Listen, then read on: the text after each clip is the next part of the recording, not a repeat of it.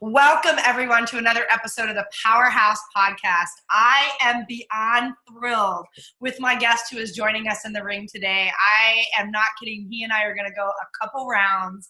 He is just a powerhouse on so many levels, and it is truly my honor to have him join us. But before I introduce you to our guest, let me remind you that this is really our space to have those deep, courageous, connected conversations.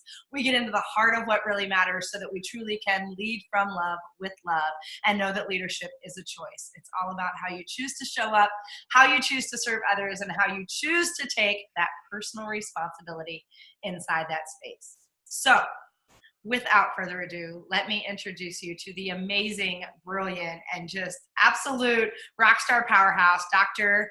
Ganz Ferrance. First of all, let me just say hello before I tell you more about him. Hey, how's it going? Good. So glad to have you here. Yeah. Oh, I am so thrilled, and I just can't wait. We are even getting to know each other right now, and so this is such a beautiful opportunity for us to just dig into some meaty topics and see where they go. Absolutely. So let me tell you a little bit about this man. Dr. Ganz holds a PhD in counseling and psychology, as well as a master's in developmental and educational psychology from Andrews University, Michigan. He is the former public education coordinator, as well as the former vice president of the Psychologists Association of Alberta. He is a Canadian. Dr. Ganz enjoys sharing how people can get more mileage from their lives. I love that. He and his team believe that we all are a work in progress. I will say amen to that. And that true changes take place from the inside out. The change you and your team will experience under support and objective guidance by Dr. Ganz and his team will result in core changing, allowing you to live life functioning at your optimal level. I am also excited to announce that as this is being released, Dr. Ganz is also releasing his new book, The Me Factor, Your Systematic Guide to Getting What the Hell You Want, which is an anthology of short stories about how people achieve their dreams. I cannot speak right now. So anyway, Dr. Ganz, welcome. It is honestly such a pleasure to have you on the show. Hey, thanks so much, Candy. I'm so looking forward to talking with you because, we made such a connection when we met, and I said, we got to do something together because I love your energy and I want to help you out, and I can be helped out by what you have to offer as well. So absolutely. And what's so fascinating about the work you do, and I do think I go back to the fact that we just recently met each other playing in a space where a lot of global thought leaders are coming together and really looking at redefining that space around leadership, redefining that space around how we get to show up. And as you and I were introduced, there was just this instant synergy around how we're growing emerging leaders. And so what I'd love to do first is, even with giving your background, I'll talk a little bit about how you're working with leaders to really step into that core space of understanding it starts with them first. What does that really look like? How do they live this life that they really want? And what does that mean in terms of the spaces that you're playing in? Well, I've always found that I've done a lot of business training myself as an entrepreneur, but I hear this all the time. Your business is a reflection of you, right? The better you are, the better your business is. And I know, being in several leadership positions myself, I do better when I'm feeling good. So the better I feel, the better I do. I remember, several years ago, I was coaching a basketball team, but I was quite tentative. I was pretty nervous, and we had a crappy season because I was not a strong leader. I was like one of those, democratic leaders. Like, well, do you guys want to do layups today, or should we shoot foul shots? And this is not what people need a lot of times. They need somebody who's strong, but that can't happen unless you feel strong on the inside yourself. You need to know that you're okay. You need to know that, where you're going, whether it's everybody's taste or not. You've got to be true to yourself. And that is what I've found has made a huge difference in my own life. And it's really helped my business blow up. And, but I'll also, more importantly, I've been able to help more people when I'm more direct and more real, but I can't do that unless I'm good inside first. Yeah, and I completely agree with that. And I think that sense of self, right, that strength and confidence in knowing who you are and what gifts you have to offer. The other thing that I think is really interesting in what you said, and I think sometimes we forget, we think, and it's where I feel that a lot of this entitlement's kind of come up, and because everybody's afraid to push the envelope, right? They're afraid to hurt someone's feelings. They're afraid someone's not going to like them. Even parents that are like, oh, my kids don't like me. And what they don't realize is every one of us from an individual standpoint needs that structure and the flexibility in the framework, right? And so what I love that you said was you used to be this very democratic type leader who was kind of like, tell me how you feel. I want to bring in everybody's emotions and make sure everyone's cared and coddled for, versus creating a frame in which you could set clear expectations and set real targets and goals, and then show up powerfully and confidently in that space to help direct people and navigate them.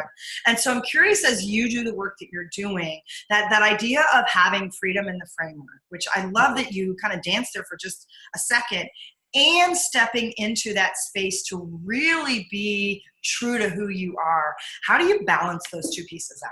Well, look at. I mean, I feel better when I'm in the company. If I go to somebody to get some help, like a psychologist, like I've been in psychology for I've been in the field for about 27 years. I've also been seeing my own psychologist for about 27 years, and I know the people that work well with me. Yeah, I know, right? I sell what I buy, right?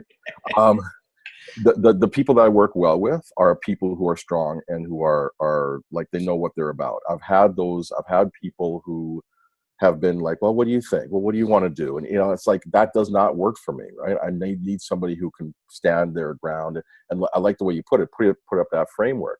Well, leadership is the same as parenting. The kids feel more safe and secure once they know the adults are in charge. Your team feels more safe and secure once they know the adults in charge. Now, that doesn't mean that, like, I say that it's a benevolent dictatorship. Okay. It's not communism. It's not a democracy, right? It's a benevolent dictatorship. But the benevolent part is, I am going to ask you what you need. I'm going to take your thoughts and feelings into consideration, but I need you to understand I make the final decision. I have to make the final decision. Once that decision is made, we all have to push in the same direction, right? Whether it's leadership or in a family or whatever it is. With kids, I let my kids know they have some leeway, but I also let them know they have leeway because I choose to give them leeway. Not that it's their like inalienable right to play on the video game for the next 16 years, right? It's like, no, I allow you to play on that, and we're going to talk about the rules and the limits around that, right? And so having knowing that is not just okay, but it's necessary for a well-functioning team, for a well-functioning family, for the leaders to be sure of themselves. In fact, so sure of themselves that they can be gentle, they can open up, they can take other people's thoughts and opinions into consideration and still end up making a decision, sometimes in favor of that stuff, but sometimes in the opposite direction if it's good for the team. And they have to know that it's okay to do that. And it's the right thing to do. Right. And that knowing of it being okay, that has to come from a place of deep trust. And the only way, and this is where people, and everything you're saying is so spot on, because one of the things, and I'd be curious to hear your take on this as well, one of the biggest barriers or one of the biggest breakdowns in most organizations is this lack of trust. The number one dysfunction of every team is lack of trust. And it starts with a couple things that I've noticed. And like I said, I'd love to see what your perspective is on this, but oftentimes it comes from either this fear-based space that I can't say it's fear-based leadership, because to lead and be fear-based it can't be in the same space. They contradict each other, because true leadership comes from an open, vulnerable, deeply trusting. And I hear a lot of leaders that are like, well, my team needs to trust me. And my response always is, you're leading this mission, which means you need to put trust out first in order for your team to be able to be in a space to trust you. This idea that they're supposed to trust you when you haven't created that space that says, I see you, I value you, I care for you. And I know even when I was younger, I did a nanny job. It was a favorite of my mom. And one of the first things was putting discipline and expectations and rules for a 4 and a 7-year-old who, when their parent came back and said, oh my gosh, they were so craving that space to feel safe and protected. And trust can only happen when people feel like they have a nurturing environment to hold them in that space to feel safe. Absolutely. I 100% agree. Like if you don't have the structure, then no one feels safe. If I'm a leader and my lines, what I expect, keep moving around, or they're not well defined, if I don't let people know what works and what doesn't work, people are not going to feel safe. If they know where you're coming from, right? They know what you want, they know what you need. If that's, at least they can choose then, and you make it okay for them to opt in or opt out, right? But they need to know what they're opting in or opting out from. Yeah. And so you have to really clearly define where you stand, what are the rules, what are the consequences, and where you're going. Yeah. And so, I teach a lot about, well, boundaries, self-care, because all this stuff starts from the inside out. You got to have the reservoir of energy to be able to like do this stuff, right? It's not for the weak of heart, I always say. But it really is also communication, because we have to be clear about what we're saying and what we're getting across. We cannot expect or assume that people are going to know what we want or know what we need or know the rules. Well, it's just common sense. Well, it's common sense to you. Might be rocket science to somebody else, right? So we really need to be very clear, very specific, and I would say explicit even, about what our expectations are, where we want to go, how do we play this game, and let's all play together. I think once you have that set up, then you have to you're setting out, you're showing the trust in them. If I give you all of this stuff, then I trust you to tell me if you're in or out. Right. You know what I mean? And then we can work from there. Well, and I think, and inside of that, I think there's two pieces that really shut organizations and leaders down. It's one, of fear around whether people are going to opt in or opt out. I think there's a real fear, and there's a meme or something that says, what if we do all this training and then they leave? And the other person says, what if we do all this training and they don't? And the thing is when you create a framework, and I remember I had one of my favorite interviews when I had somebody coming in on my team was when they sat across me and he said, Candy, I have to apologize, but I need to stop this interview. He goes, the more I hear you talking about what this role is, the more I realize it's not the right fit for me. Right. I have never wanted to hire someone so much in my life. So I looked at him and I said, then help me understand what you want to be doing. And once he got clear, I made 3 phone calls and he took a job with one of my friends, because I'm like, this is somebody who owns their space and can easily opt in and opt out. And for me, it's such a gift as a leader to say, thank you for saying that you opt out, even though I want you desperately now, because you realize that you're not going to be able to play at your highest and best level. And you not playing at your highest best level means the team's not playing, because you're only as good as your weakest link, right? And so when you realize that, so I think that fear is one piece of the opt-in, opt-out. The other piece that I heard you talk about was the communication, the setting expectations. And what happens is in most organizations, because there's this other fear plus multiple fears playing, they're not willing to have the big conversation, to hold the line, to set the expectation, and then challenge and have the accountability when that's not being met. I agree, and I think some of it is the willingness to do it. I also think, unfortunately, we're not I don't think our culture supports us being able to think that this is something that's important, right? Particularly in corporate environments, you have sort of the quarterly reports and everything's run on every 3 months or whatever it is, right? And so everything is moving really fast, and you expect it to hit the ground running, and I don't know that is the best approach for longevity and successful culture in a business or moving forward. My wife is a teacher by training, right? And she's only worked for about 4 or 5 years in the teaching industry. She's doing something else now, but when she was teaching, she would spend the first probably 2 to 3 months just setting expectations, just working on discipline, just getting to know the kids, just setting up the structure of the classroom, and did very, very little instruction. But what happened was, without fail, all the classes she taught always outstripped everyone else in the school, all the previous records, everything else. She was always had the highest performers, even with some really, really difficult classes. And this is something that I think is not something that we think about. We don't really take the time to set up the context of what we need to do, what we need to accomplish. And this is why, people hit the ground running and they're running, they're active, but they're running in several different directions, and there's Right. no real focus, and they don't really know where the rules are. So I think that's one of those pieces that for leaders, they really do need to take the time and understand that it takes time to develop culture. It takes time Right. to acclimate somebody to their new environment.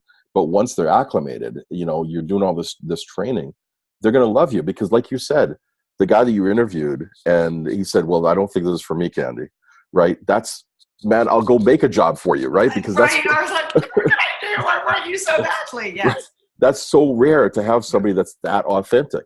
Right. But this is what we crave as humans. And I don't care what business environment you're working in. We're humans. Humans work in these environments. And if we can connect with people on a human-to-human level, and we give them things that they need as a human, they're going to follow us anywhere. Right.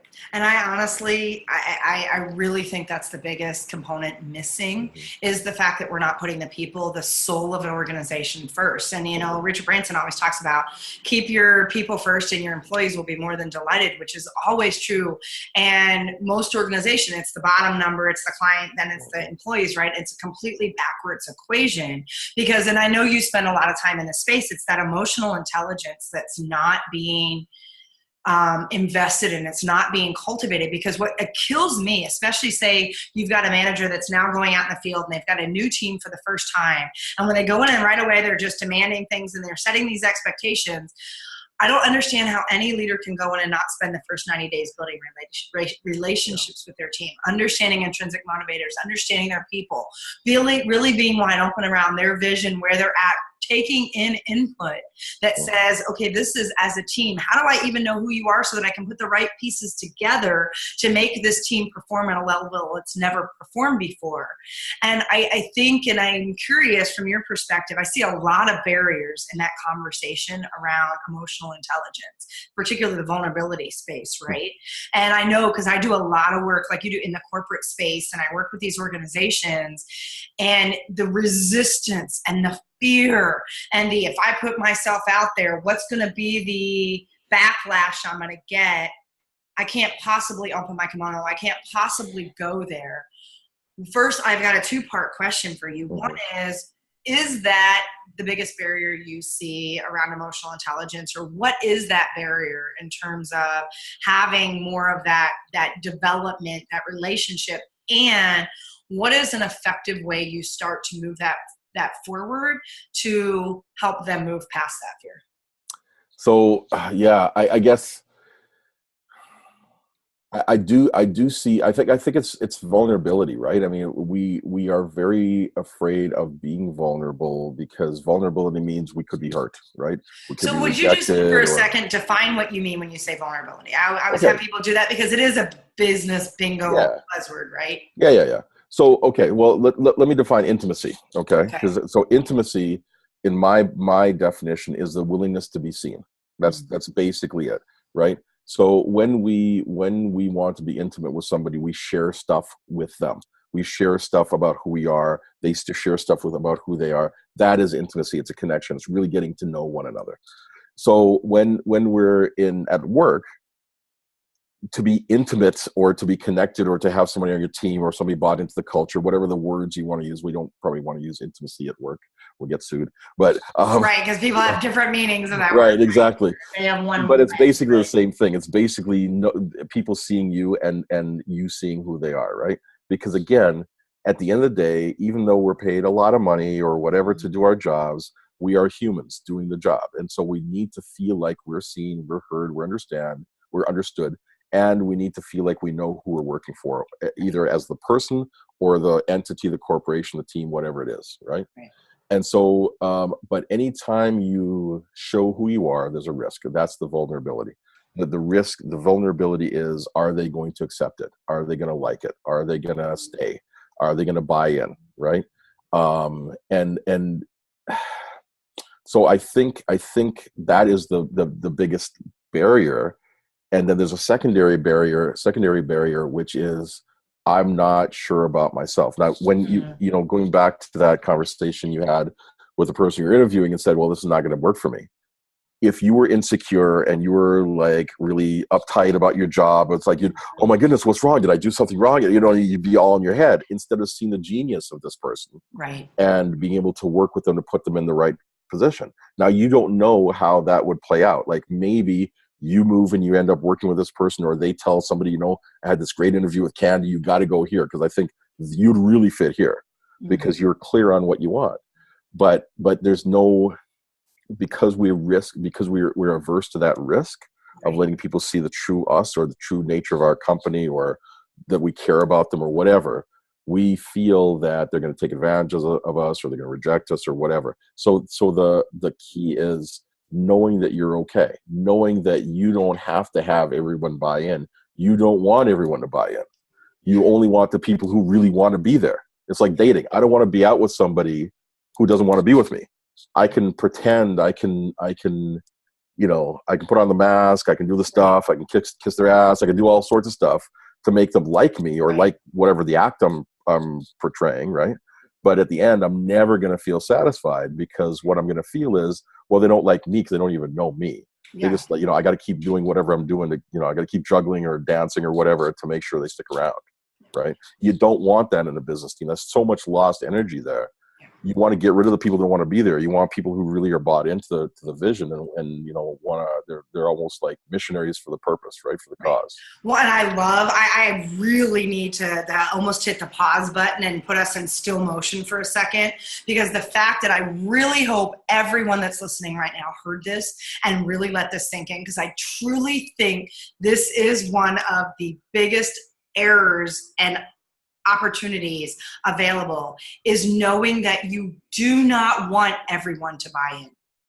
I want to just almost, like I said, get into still motion and let the slow motion swirl around everyone as they're hearing the fact that it's just like, as we talk about when we talk about your what, why, and who. You are not for everyone, and everyone is not for you. And everything that Dr. Ganz is just saying was, you help people opt out when they realize that it's not the right culture, it's not the right fit. They have a confidence about that. There's such a gift in that.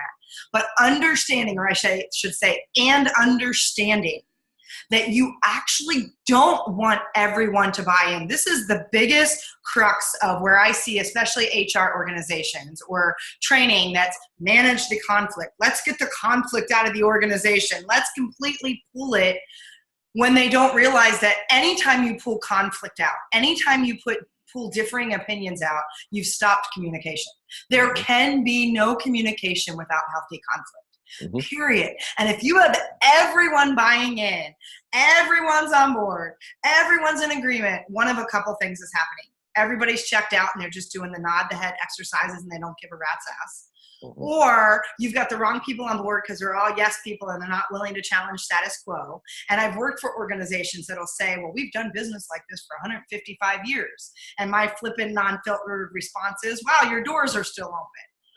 That's how I wonder how I got some of those jobs in my past life. But that's exactly why, because people want that candor. They want that clarity. Yes. Right. Because that space, I mean, how powerful and profound is it to know we actually don't want everyone's buy-in, because the only way we can push against something, the only way change happens, the only way growth and outside ideas, because if it's always the leader putting forth something that says, this is the vision and everybody come hell or high water, this is what you're going to play to, and no one steps up and says, have we considered? How's that working for us? Imagine if. Yep. So much opportunity left on the table. So much opportunity. It's such a huge cost when I talk about return on investment. And it is one of the biggest opportunity costs in my mind, is the fact that most leaders go in thinking they got to get buy-in from everyone. Right. I mean, you need to have buy-in in terms of, we're working here, and if this doesn't work for us, then we're going to leave. Right. Right. But while we're here, we're gonna buy into the point where we have a sense of ownership over what we're doing together, right? And so, but we're not always going to agree, because I heard it said if you have two people and both of them agree, then one of you is unnecessary, right? Right. Right. What's the point? What's the That's point? a meeting of the meeting of the meeting, right? Right. Let's get 20 heads to nod, and because one person was absent, let's have another meeting of 20 people to nod Yeah. their head. I got tagged as the queen of derailing agendas back in corporate because it always was astonishing to me. How do you have questions on an agenda and then have the solution already set on the same piece of paper? So then why do I need to be here? And it would usually be a question such as, so if we considered, if we do this, X, Y, and Z is going to happen, and there's a ripple effect, and do we have back office support to support it? And I'd get the deer in the headlights look and be like, so I'm guessing maybe we should figure that out before we automatically go to the solution, which is arbitrary and not going to serve if this is broken here. So getting asked, coming into a meeting, God, Kenny, you going to come in and derail another agenda? Well, do you want me to come in and actually have a voice and value in this meeting? That's right. And the answer is probably yes. Yeah. Do you want me to fix it and get something meaningful happening, or do you want to just sort of if you want the head nod, I'll be at my desk because I've got 250 emails that come in every time I go to the bathroom. So just know I nodded my head. Obviously, you don't want to contribute. And so that, I think, is an opportunity because people say they want to have their employees and their people have a voice. Yet 99.9% of the time, they don't provide an environment to truly facilitate a conversation inside that space. Yep.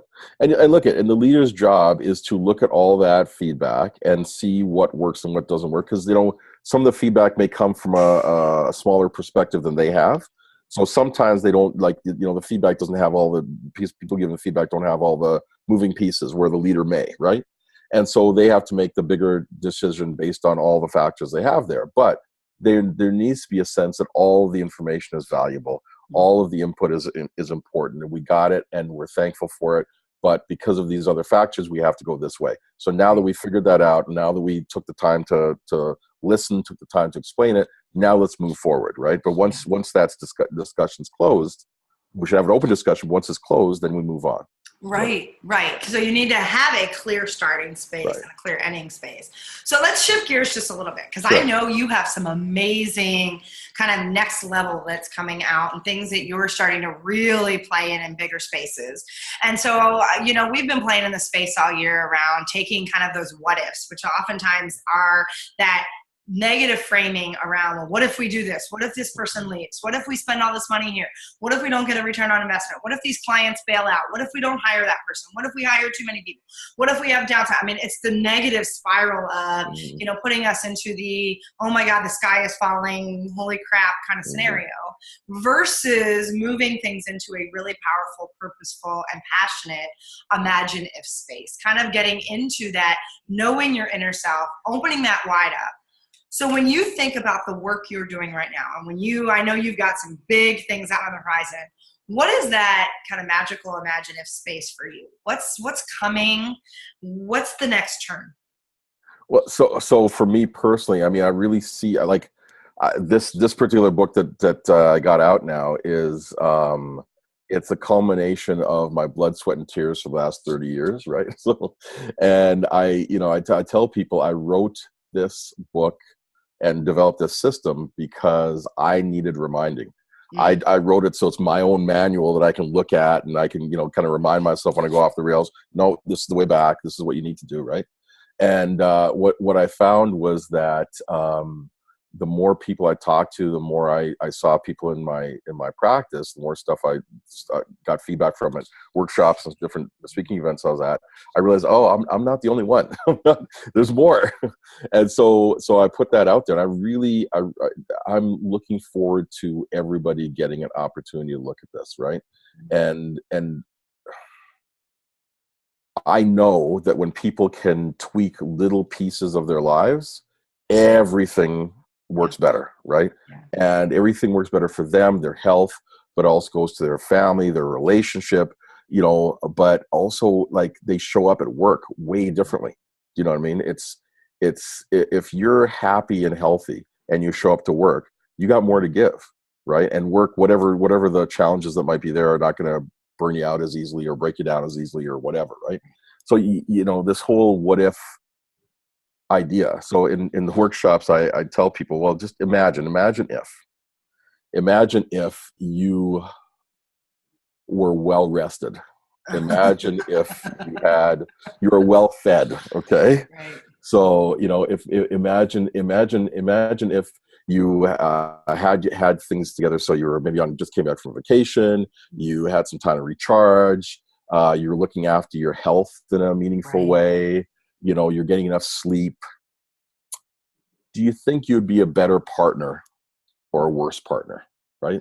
And, well, what do you think, Candy? Give me some feedback. What do you think?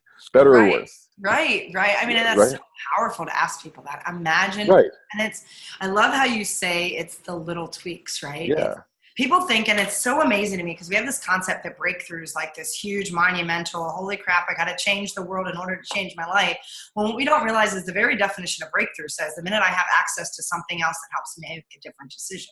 Mm-hmm. And so it's that space of a breakthrough is anytime something new, any shift, any turn, any tweak can become the biggest game changer simply by changing some of our discipline, changing some of our habits, acting as if our time is worth something. It blows my mind when I hear people go, I can't do that in my calendar. Yes, you have. Can you say no? And I'll never forget, I had a client that once said to me, and I got into a linguistics argument with her because she goes, it's actually easier to say, because we were talking about yes and versus yes but. She goes, it's easier to say but. And I said, interesting, explain that to me, being that they're both 3-letter words. They both are single syllable words. And actually, from a linguistics functioning of your mouth, the word but is harder for children to say. It's why they can't say their B's and their P's and all. Yes is a much easier word. So again, that argument is completely dismissed, but we buy into that space of, well, it has to be this in order for this to happen. Instead of saying, imagine if you only changed this. Imagine if you only took ownership of this. Imagine if, and today, do you think you can do that little piece? Tomorrow, it's going to be a little piece more. And tomorrow, and then that ripple, that domino that happens is so freaking fantastic. And it's those little tweaks. I love it being those little tweaks, because how can you not show up better for other people when you start showing up for yourself first? Absolutely. Well, I mean, look, if you're feeling good, you're going to be a better partner. Period. Yes. And you know what? When one of the stats I heard was that people will show up to work. Work is the last place you will notice that somebody's having a problem, right? They will show up to work even when their life is falling apart. Their health is bad. Their spouse has left them. Their kids aren't talking to them. All sorts of stuff. They'll show up to work. But the problem is they show up to work, okay? Because they need the mental health day to check in and check out. Well, the whole idea of presenteeism, right? It's like, you show up, but you're crap. You know what I mean? And so you kill the morale of the place you're working. Because we all need our gold star, right? That says, I'm a perfect employee. This is what a measure of success looks like. And it kills me. I had a big discussion with one of my CEOs who truly, when their employee, one of their VPs said, I need to take Monday and Tuesday. I'm so burnt that when she went into his office, he said, what, do I take time off?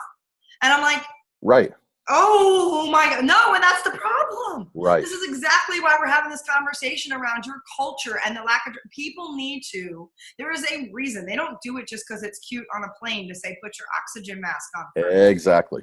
There is a reason that when you don't, and people are like, oh, my kids are my first, my work is my first. I'm like, so if that's your first, and I always ask people, I'm like, on a scale of 1 to 10, how vibrant, alive, engaged, and present do you feel on a daily basis? Just know that if you're at a 6, the best you can put out is a 5. Yeah. Maybe a 5.5, and we're probably scraping you off the floor. Well, see, and this is the thing. It's funny you said that, because the book, like the Me Factor, actually, I wanted to call it Me First, but people lost their minds because it's like too selfish, right? But it's absolutely right. I have that very same analogy in the book about putting your own oxygen mask on first, because you cannot do it. And here's the problem. If you're depleted, you could be giving 100%. You work until your eyes bleed, and the actual output is about 10%. Right. You know what I mean? Right. And then you feel guilty. Then you feel like a failure on top of it. Then you feel like you got to work harder, and the snowball just gets bigger, right? And it's not healthy, and no one is benefiting. You're not benefiting. They're not benefiting, right? But you still physically show up, even though you're a shell of a person, nothing behind your eyes, right? You're still Right. physically there. And everybody says, "Oh man, look at what Gans." And look at what he's sacrificing. Wow, Oh what a man, great yeah, employee. wow, And what I think, full marks for him, right? yeah, And then he gets sick or whatever, and then no one remembers he ever worked there, right? right. Or he gets sick and he goes home and he's pissed off and bitter because look at all the stuff he sacrificed for the company or for his kids or for whatever. Right. And then you get people like nothing. I work with that say, my wife's so tired of me coming home saying I gave my best at work, and now we get all the downhill crap that comes after it. Absolutely. And I'm like, is that the legacy you want to leave for your kids and your family? Yep. Is that I busted my ass at work to the point where I am so far past burnout the fumes that I'm in the black abyss of the freaking black hole that's what it's going to say on my tombstone, but I didn't miss a day at work. It blows my mind because you get resistance in that me first space. Yeah. I get it when I tell people they need to be more self-full. And yes. I'm like, there's a big difference between selfish and self-full. Yes. Selfish says I'm doing this in spite of others and I'm doing this with no regards to others. Self-full says I'm doing this to serve others. Absolutely. And if you do not take that time to fill your cup every day on a consistent, regular basis, your calendar, your time, everything has to start with you. If you don't, you're already playing with a half depleted well. Absolutely. Absolutely. And you have less to give. And when you give, like, let's just theoretically say that you're somewhat successful in giving for some period of time, which, is quite doubtful, but let's say you are, okay? Yep.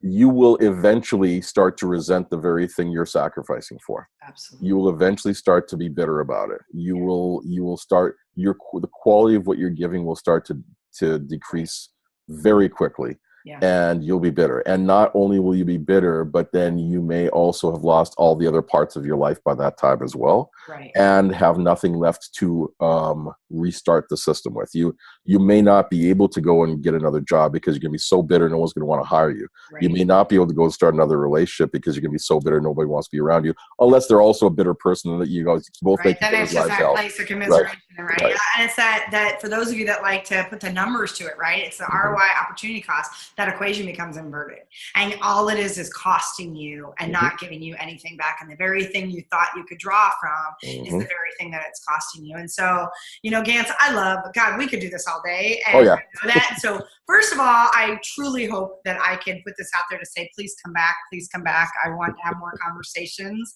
But before I forget, because we are getting close on our time, as it always goes. Already? Fast. Wow. Yes. There are some people that are like, all right, he is speaking my language.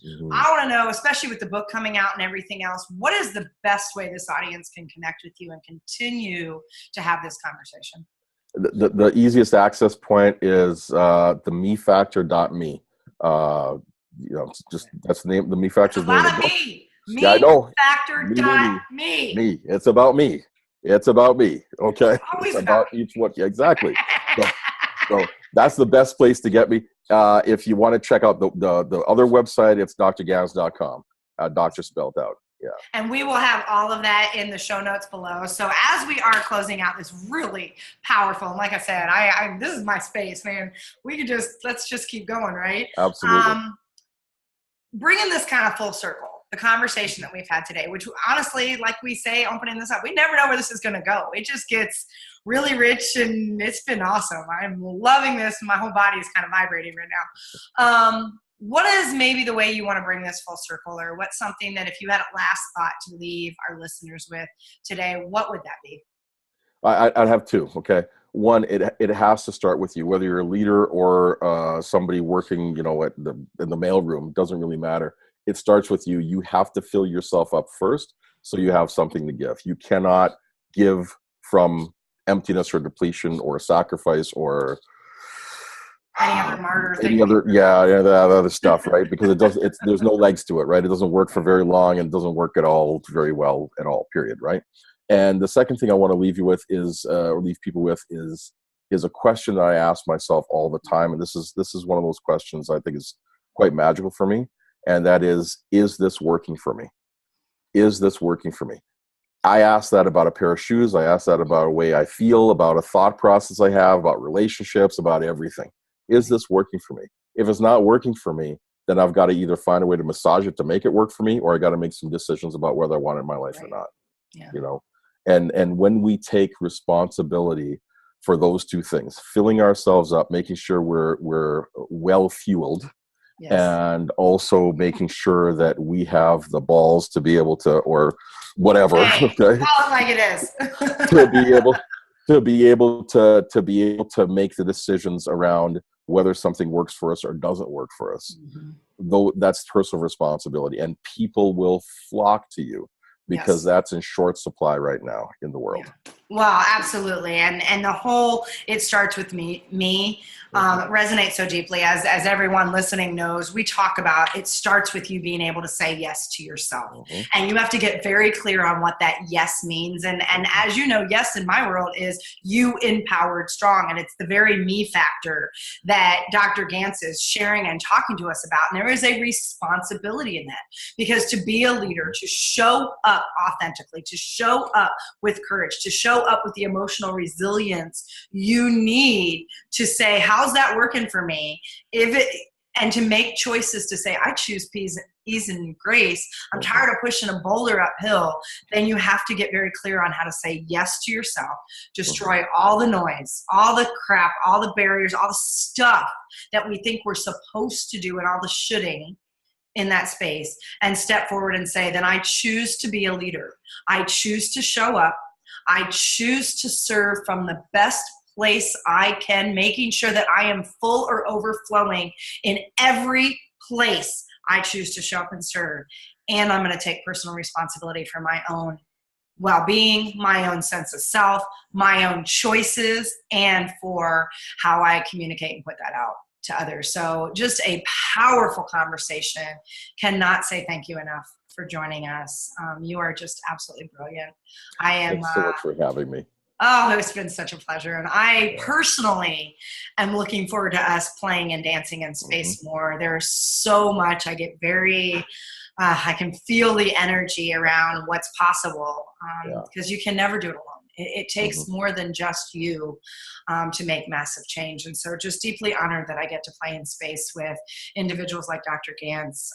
Just heartfelt gratitude for your presence and your leadership. And for the rest of you listening, thank you as always for joining us. Please know that this is your opportunity to say yes to yourself and destroy the noise, and truly put yourself in a place to be the leader you were destined to be. So with that, I'm sending you all heart-to-heart hugs. Know that I love you, and thank you. Please make sure you subscribe so you don't miss an episode, as we have some more powerhouse hitters coming to join us in the ring. Take care, everyone.